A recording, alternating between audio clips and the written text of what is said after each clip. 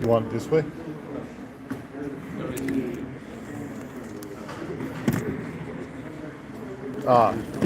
Orientation locked, so I can't.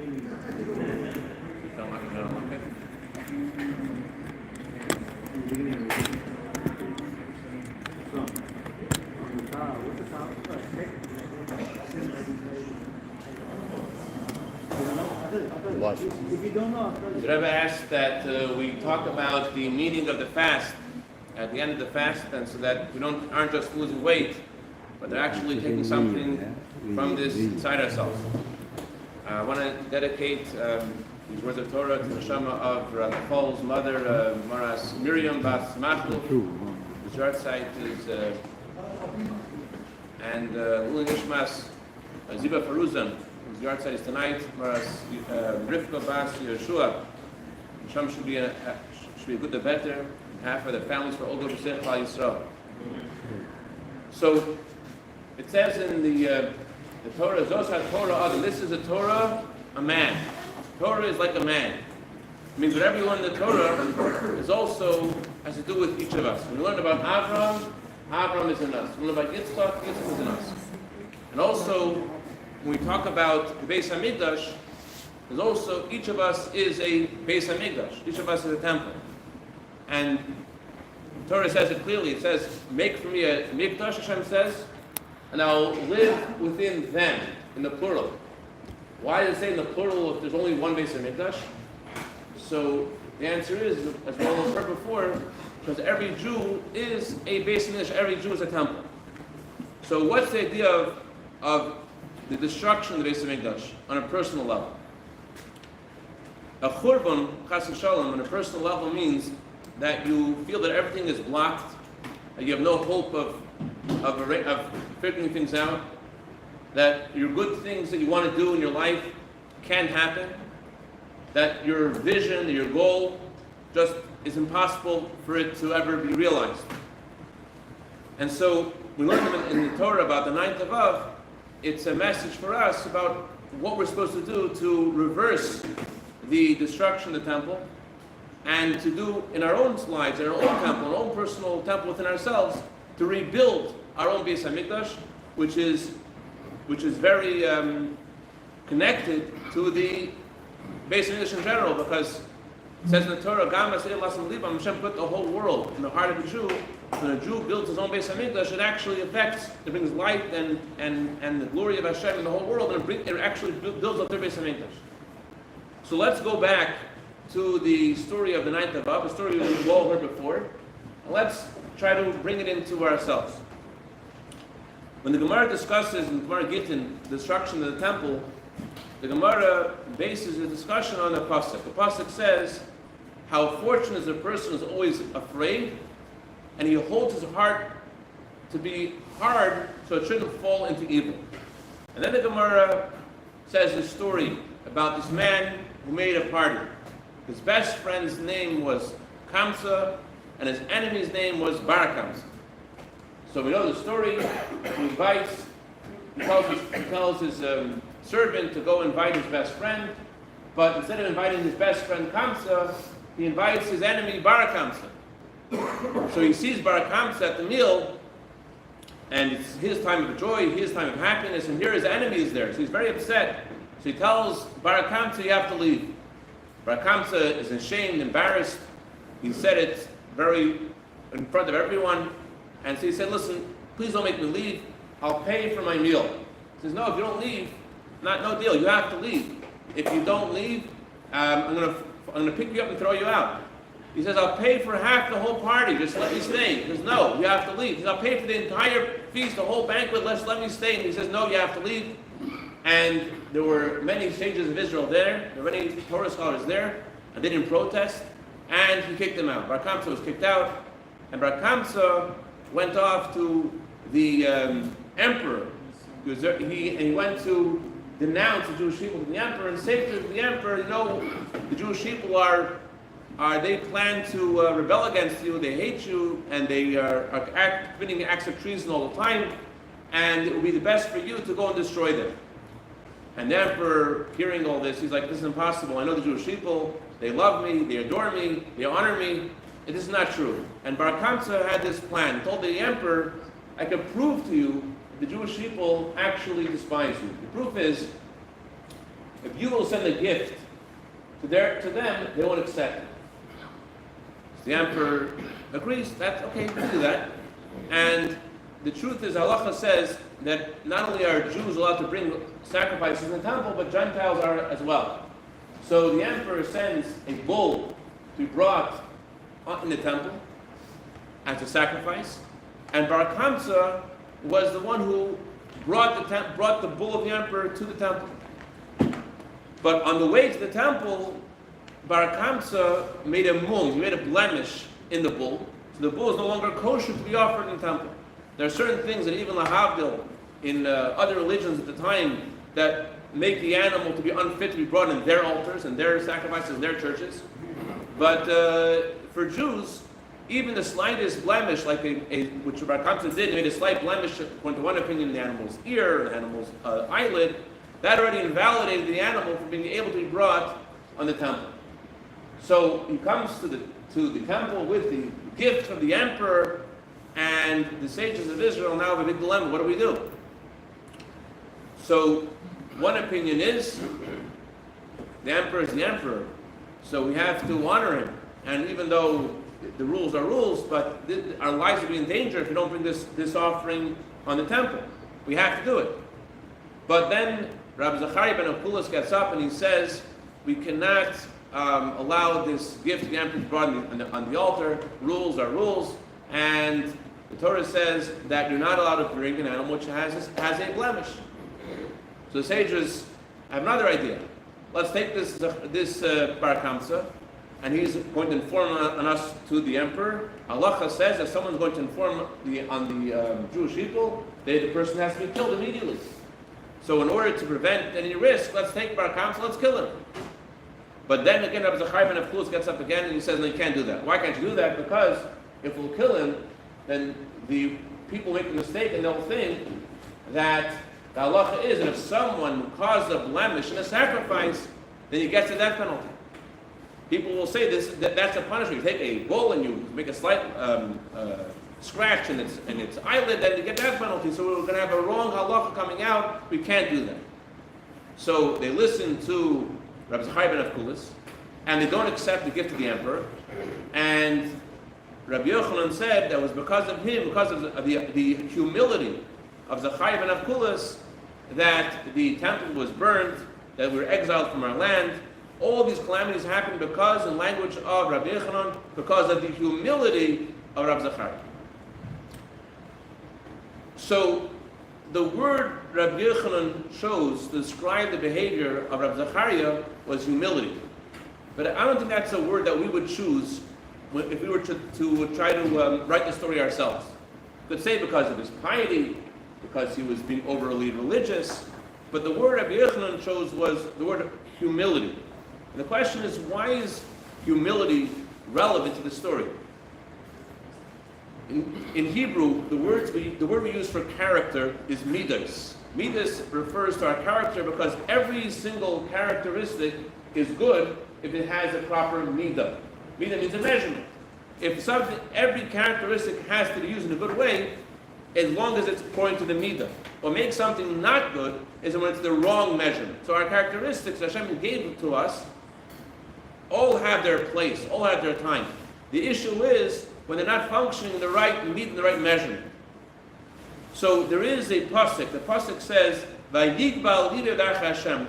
His heart was lifted up in the ways of Hashem. What that pasuk means that a Jew has to be proud of doing a mitzvah. He has to be proud of being Jewish. He has to be proud of his identity. Vayigbal lidei Hashem. He has to be uplifted. He has to be proud of who he is and where he comes from. Rabbi Zachariah didn't have this sense of Vayigbal lidei Hashem. He felt ambivalent. According to some opinions, one of the sages that was at the party of Kamsa and Bar Kamsa was Rabbi Zachariah ben Akulas. He felt, I really should protest, maybe I shouldn't protest. And he was ambivalent. If he would have protested, it would have stopped the whole thing then. But also here, when Bar Kamsa comes with his bull of the emperor, He knew the right thing was we have to kill him. We knew the right thing is we can't offer this in the temple. But he had this humility in himself saying, am I going to go be the one and tell everyone he has to be killed? Am I going to be the one to go stand up and make that happen? He had this humility that was preventing him from actually making a move. He couldn't find in himself the courage to go and do this. From here, the Baal Shem Tov gives us a very powerful message. And that is that in our own lives, in our own Beis HaMikdash, in our own personal temple, what builds it, or God forbid the opposite, is this false sense of humility.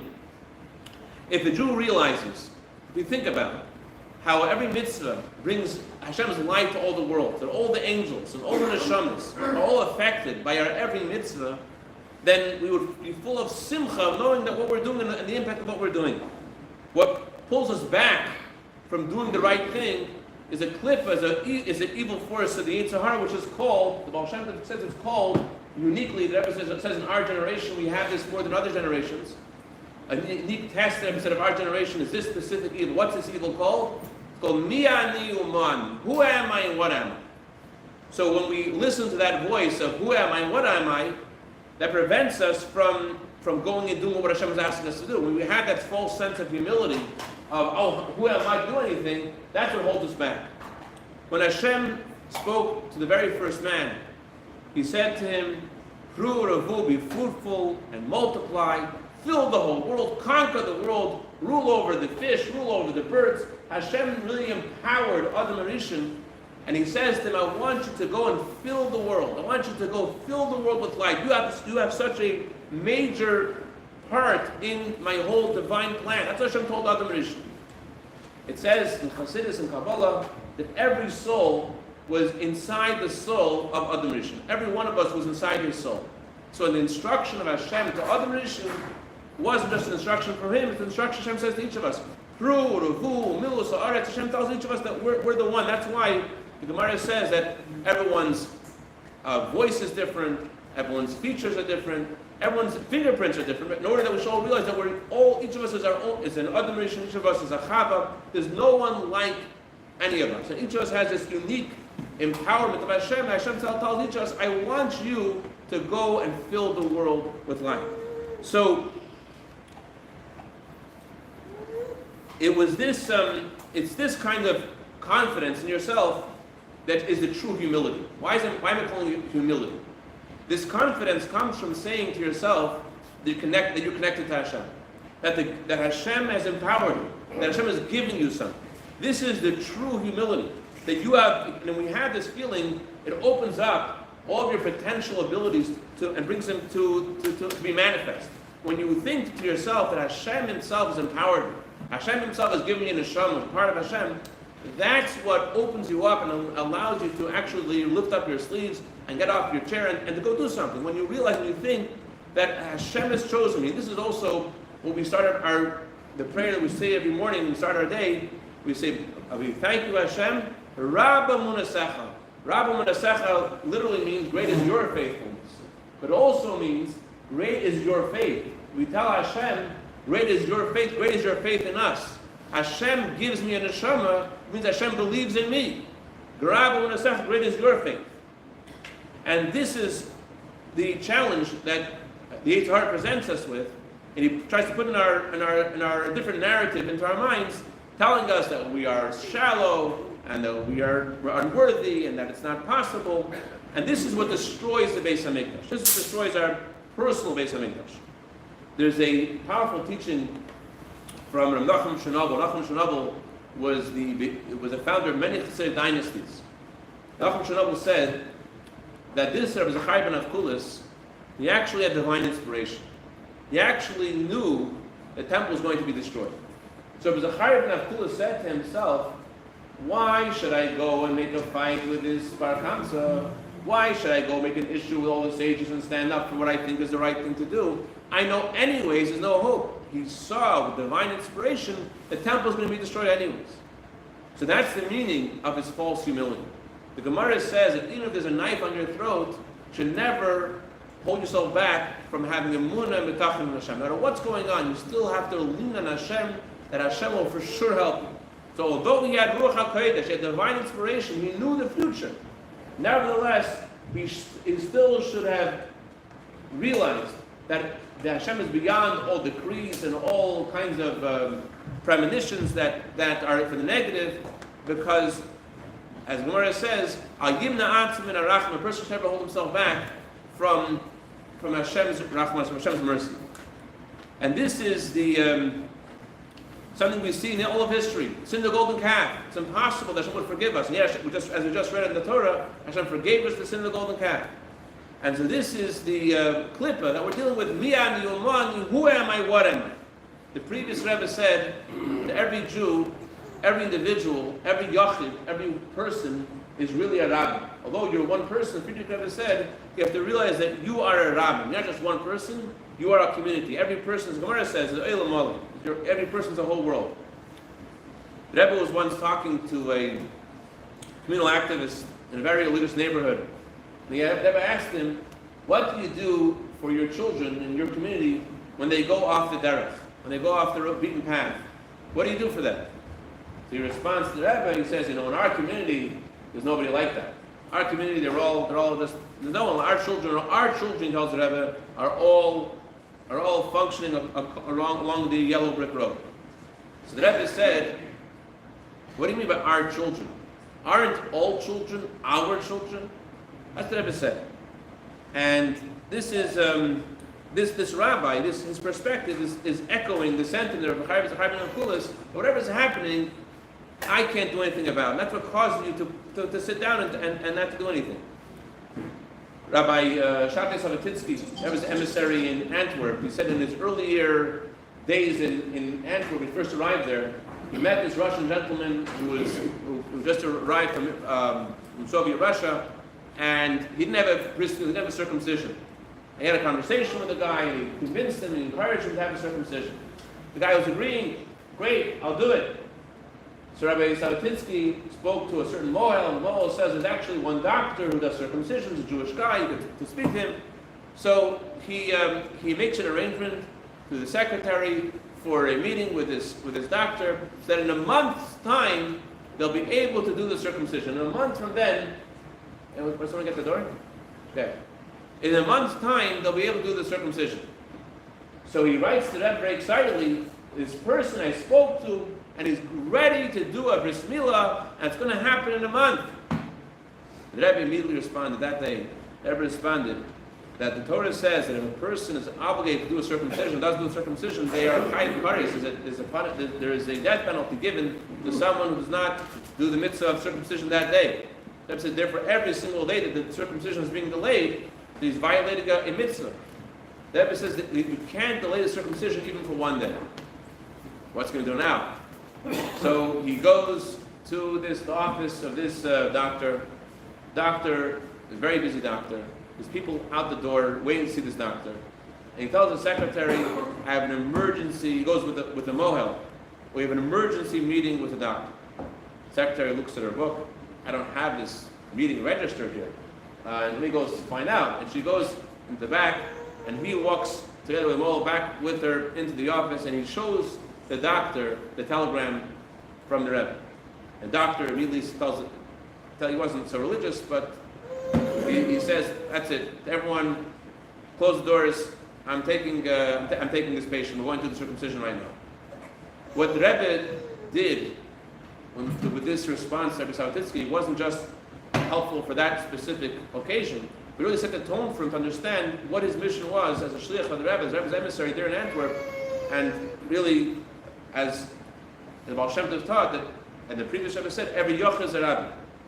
That every individual has to look at themselves and realize that the Eibishter, that Hashem uniquely empowers each of us with a specific mission for each of us. There's a letter of the previous Rebbe who talks about a certain spiritual malady. He says there's a certain spiritual malady that causes a man to lose his manhood, and that is false humility. He says having humility in the wrong place, just like humility in the right place builds, and arrogance in the right place destroys, conversely, humility in the wrong place destroys, and arrogance in the right place can build. In other words, when we have the, not arrogance, but the pride of who we are and what Hashem has endowed us with, that's what builds us, that's what opens up our hearts and our eyes to the opportunities that Hashem presents us with. This is the meaning of the Pasuk. The Pasuk says, it says, Mashiach will rebuke the humble. Why will Mashiach rebuke the humble? What does that mean?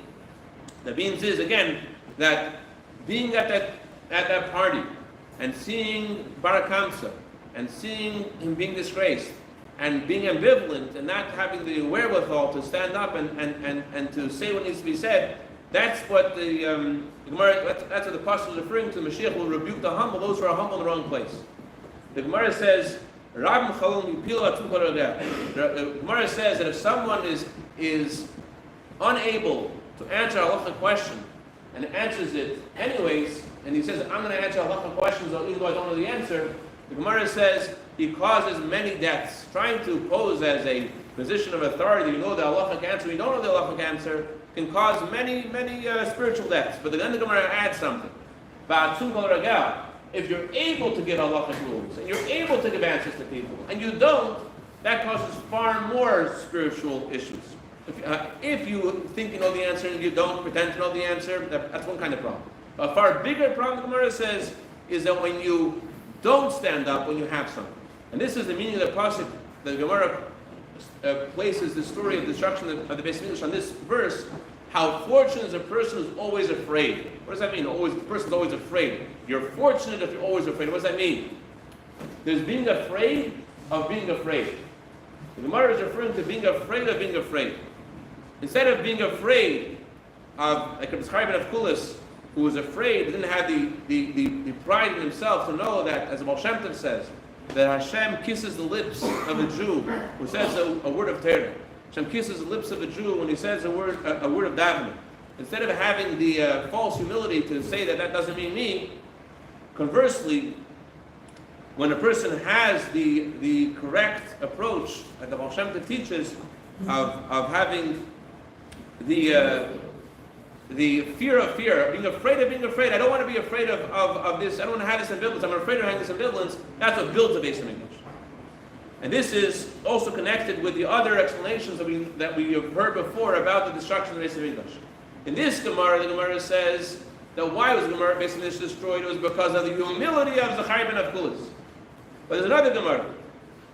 The Gemara says that the reason why the Beis Mikdash was destroyed was because of because people only did the exact bare minimum of what they're supposed to do.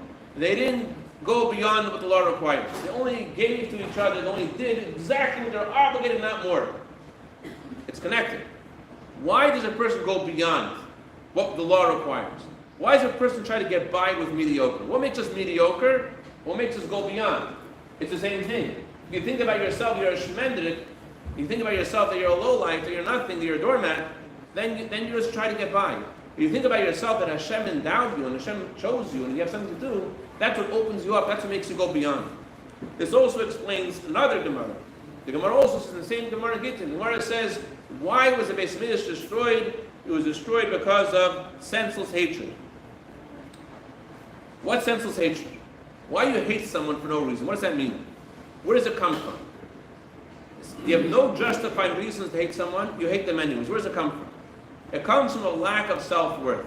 Because you feel about yourself, you feel empty, you feel like a failure in yourself, and you feel a major gap between where you want to be and where you are, so then someone else's successes is an insult to you. Someone else's successes pricks you, it bothers you.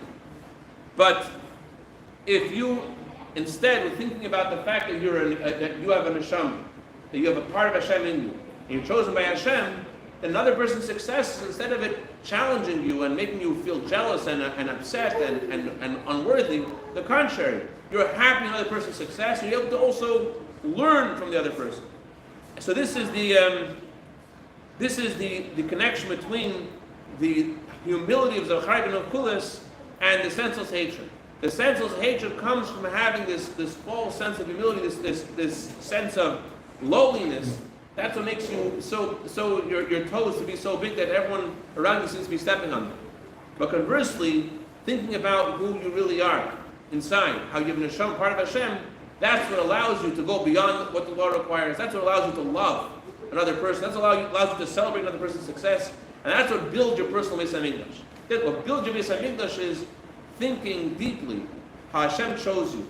And this generation, we don't need any speeches or any more signs.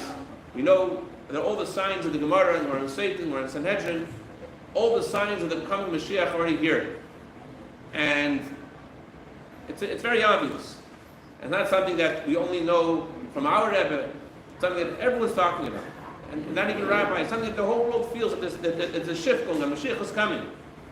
So we were chosen to be in this generation, the generation that brings Mashiach, last generation of exile, first generation of the coming Mashiach. And it's not necessarily the easiest time.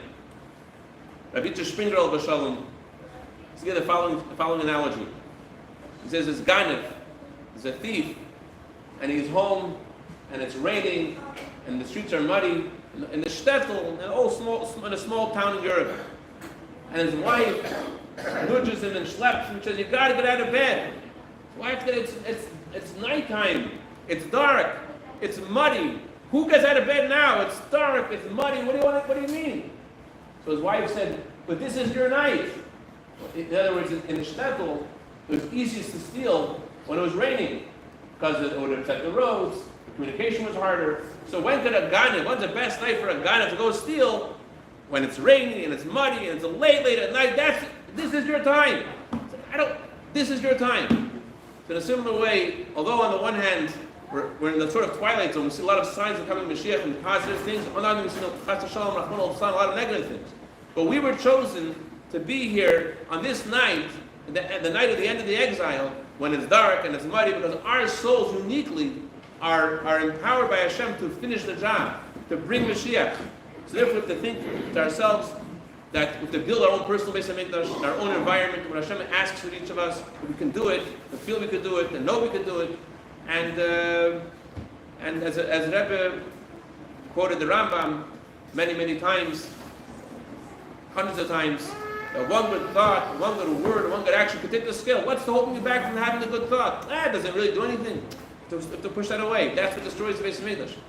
My thought, my little word, my little action could tip the scale and bring Mashiach. You think that, it opens up your neshama.